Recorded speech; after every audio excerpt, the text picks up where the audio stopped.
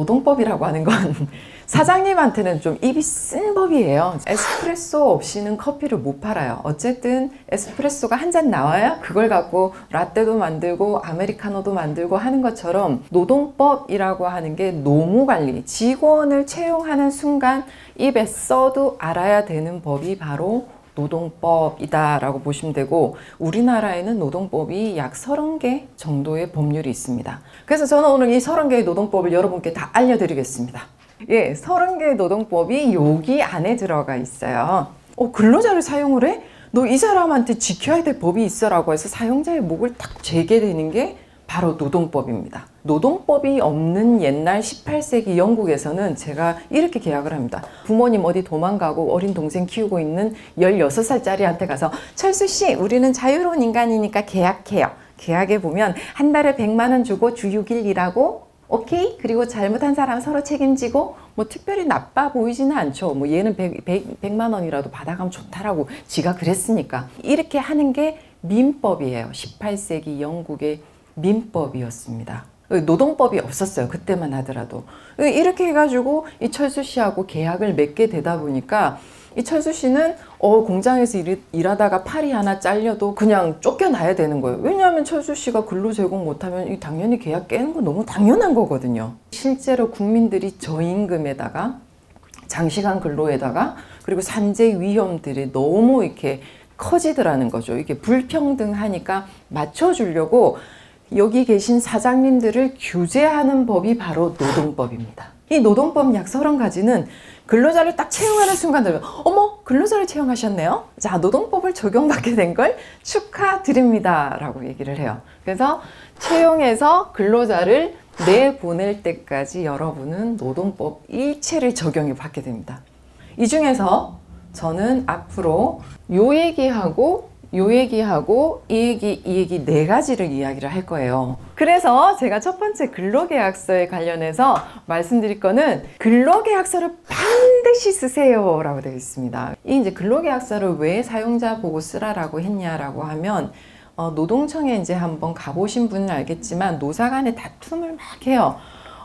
제가 야근했는데 사장님이 수당 안 줬으니까 아니 네가 그때 야근을 뭘 해, 너가 일찍 간 날도 있고 막 이러면서 이제 노동청 가면 막 싸우기도 하고 막 그러는데, 이 다툼을 없애기 위해서 사용자한테 의무를 준 거거든요. 야, 그렇게 하지 말고 처음부터 깔끔하게 계약서 좀 체결해라 라고 했는데 2014년도부터 좀 내부 지침을 바꿨어요. 고용노동부가. 어떻게 바꿨냐? 여러분 시간제 알바들 쓰시죠? 일당 아줌마 쓰시죠? 이분들 다 비정규직이잖아요. 그죠? 그런 분들은 좀 더 보호를 해야 되니까 노동부에서는 그 사람들 근로계약서 없는 사업주한테는 즉시 딱지 발부를 하겠습니다. 이제 즉시 과태료 부과라고 얘기를 합니다. 과태료는 최대 500만 원인데 내부 기준이 있는데 그 기준에 따라서 과태료를 즉시 부과하도록 하고 있고, 2014년 하반기에 5억 3천만 원의 과태료가 걷어졌어요. 서울 지역에서만. 근로계약서를 반드시 쓰세요가 여러분한테 드리는 첫 번째 팁입니다. 뭐 뻔한 소리를 하고 있어 라고 할 텐데, 두 번째 근로계약서 파트에서 여러분께 드리고 싶은 두 번째 이야기는 뭐냐면 세 종류를 쓰세요. 첫 번째, 우리 제가 외식업체를 해보면 정규직들 연봉계약서는 되게 심플해요. 주 6일 일하고 월급은 250. 그럼 이 안에 시간의 수당이 다 들어가 있는 거죠. 그죠? 이거를 포괄임금 계약이다 라고 얘기를 해요. 다음에 또 하나는 오늘 너무 바빠. 오늘 또 하필이면 주망이 이모 두 분 중에 한 분이 오늘 또 휴무 날이라 쉬는 날이네. 그래서 아침 파출사무소에다 전화를 해요. 그 이모가 오셔갖고 일당은 그러니까 알잖아. 우리는 8만 원. 이제 이래가지고 8만 원을 불러. 하루에 8시간을 오버하는 시간을 근무를 해요. 최소 10시간을 근무를 하는데 기본 근로하고 2시간 연장에 대해서 포괄로 그냥 8만 원 주기로 결정을 하신 거예요. 그죠? 그거에 관련한 이 포괄임금 계약을 합니다. 세 번째 계약은 뭐냐면 우리 시급제 알바들. 이제 야, 주말에 우리 한참 저녁 시간 바쁠 때만 요 근처 대학생 좀 쓰자. 짧게 쓰는 거는 이 친구들 쓰면 괜찮을 것 같아 라고 해서, 이 또 젊은 친구, 이게 희한하게 형성이 그렇게 되어 있어요. 이 친구들 일당으로 안 와요. 시급으로 와요. 이 세 사람의 결정적으로 다른 점은 뭐냐라고 하면 임금의 계산 단위가 달라요. 정규직은 월 단위, 다음에 일용직은 일 단위, 알바들은 시간 단위로 난 당신의 근로에 대해서 얼마 주겠다라고 계약을 하는 겁니다. 기본적으로 이 세 가지의 서식을 무조건 갖추고 계셔야 돼요. 이게 제가 근로계약서에서 두 번째 여러분께 드리고 싶은 말씀이에요. 이게 뭐냐면 중구에서 카페를 운영하는 이모 씨 알바생에게 금고 돈을 빼간 것을 추궁을 했대요. 추궁을 하다가 이 친구가 하는 말이 최저임금 위반으로 고용청에 신고하겠다는 이야기를 듣고 그냥 넘어갔답니다. 근로계약서를 잘 써야 된다. 그 근로계약서의 임금과 근로시간, 휴게시간을 좀 잘 써야 된다라고 이제 제가 말씀드리려고 하는 게 이 내용입니다. 이 얘기를 하다 보면 여기 계신 사장님들이 참 많이 고민을 하실 거예요. 노무사님, 그래가지고요. 올해 최저임금에 내년도 최저임금을 한번 해보니까 와, 이거는 돈 벌어갖고 월급 주고 나면 끝이에요, 끝. 이렇게 얘기를 하세요. 휴게 시간을 확 늘려버릴까? 이제 이렇게 말씀을 하세요.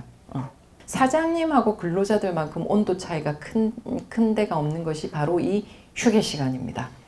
제가 아는 이제 어느 사장님이 여성분이신데 저한테 이렇게 우선 이거 한 번만 보세요. 그러니까 CCTV로 보여주시더라고요. 이제 휴대폰으로 주방에서 이렇게 이태리 식당이요. 방울토마토를 이렇게 닦고 있는 거예요. 어찌나 이쁘게 닦고 있는지. 이 시간에 쉬란 말이야. 사장님 입장에서는 막 속이 터지는 거죠. 그리고 저건 휴게 시간으로 봐야 되는 거 아니야, 노무사님? 이러더라고요. 근로자들은 휴게 시간이요? 그게 무슨 휴게 시간이요? 주방장 눈치 보여갖고 서갖고 해야 된대요. 홀에서는요, 그러니까 좀 쉬시지니까, 아이고, 그게 무슨 휴게 시간? 앉아서 음악 듣던데, 이러니까. 제가요, 지금 치과에 가야 되는데, 제 치과를 한번 나가볼 수 있어요. 은행도 못 가요. 그거 가면 점장 난리 나요. 이렇게 얘기를 하시는 거예요. 휴게 시간 무슨 휴게 대기 시간이지. 이렇게 얘기를 해요.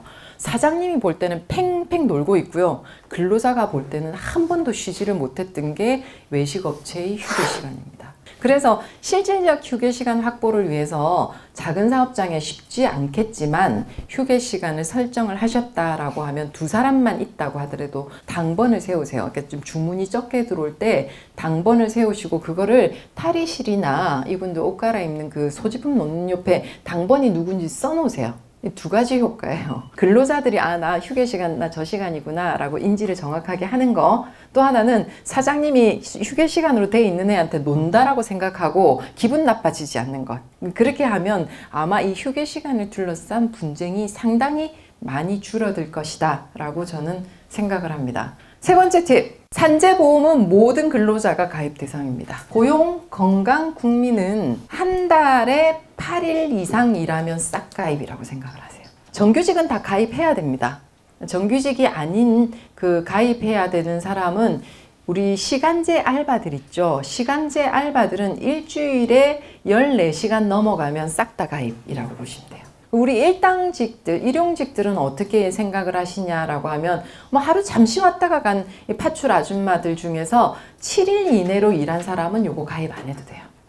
농사님 있잖아요. 근로자가 가입 안 하고 싶다 그러면 괜찮죠. 이거 확인서 하나 받아 놓으면 되는 거죠. 아니요, 안 돼요. 여러분이 많이 가입 안 하고 있을 사람이 누구냐라고 하면 알바 친구들, 다음에 일용 아줌마들 중에서도 상당히 자주 나오시는 분들이 있으세요. 근데 이분들을 현금 처리를 하거나 가입을 안 하는 경우가 있는데 가입 안 했을 때의 문제는 3년치 보험료가 일시 부과가 돼요. 짤 없이 부과되는 게 바로 국가와 나와의 관계가 4대 보험이다. 정부 지원금, 두루누리 지원금이라고 있어요. 지원금을 적극적으로 활용해서 가입을 하시라라고 여러분께 꼭 권하고 싶은 내용 중에 하나가 4대 보험입니다. 네 번째 팁을 좀 드리겠습니다. 외식업체에서 끝나는 경우는 좋게 끝나는 경우는 많이는 없어요. 왜냐하면 이제 좋게 끝난다라고 하면 우리 계약을 체결하고 들어왔잖아요. 이 계약을 체결하고 들어와서 이 계약이 끝나는 시점은 당연 종료라는 게 있어요. 1년간 썼다. 60세까지 일해주셔서 너무 감사합니다. 그 다음에 당사자 있으면 이건 좋은 건 아닌데 근로자가 사망하거나 혹은 그 사업장이 폐업을 하거나 이제 이렇게 끝나는 건 어쩔 수 없이 끝나요. 서로 감정이 나빠서 끝나는 건 아니에요. 그다음 두 번째, 사직. 근로자가 철수 씨가 저한테 사장님 저 그만둘게요 라고 하는 거예요. 사장님 저 그만둘 건데요. 그럼 언제? 그러니까 뭐 최대한 빨리. 그래? 그럼 내일 괜찮아. 뭐 이렇게. 그러면은 이 둘이서 합의가 이루어지는 거예요. 여기가 노동법이 되게 강력해요.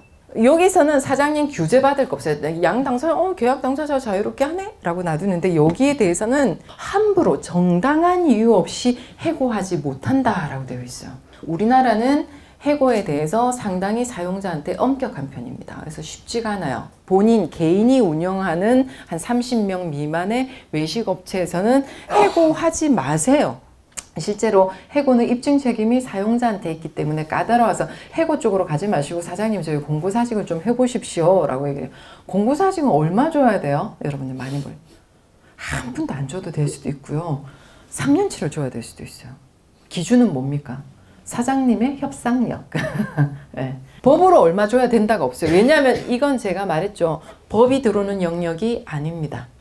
근데 이제 공고사직에 대해서는 근로자는 해고와 유사하게 받아들이는 경향이 있어요. 공고사직인지 해고인지를 객관적으로 알 수 있는 방법은 근로자의 사직서가 있느냐 없느냐입니다. 사직서를 꼭 쓰고 나가라고 해서 철수 씨한테 사직서를 꼭 받으셔야 돼요. 사직서 안 쓰고 이렇게 앞치마를 팽개치고 나갔다라고 할 때는 나중에 이게 헷갈릴 수 있어요. 그래서 물어보셔요. 문자로. 철수 씨 해고한 거 아닌데 되게 기분 나빠서 나간 것 같아. 다시 와. 만약에 그만둘 생각이면 사직서 쓰고 나가는 게 좋지 않을까? 뭐 이렇게. 그죠? 이 여기에 대한 애매함을 줄여버리세요. 여러분들이. 오랫동안 같이 근무를 못하겠다라고 판단을 했을 때는 쉽게 해고라는 방법을 떠올리지 마시고 이 근로자와 어떤 방식을 통해서 합의해서 이 관계를 종료할 것인가를 고민해 보실 것. 이게 여러분한테 실질적으로 좀 도움이 될 것 같습니다.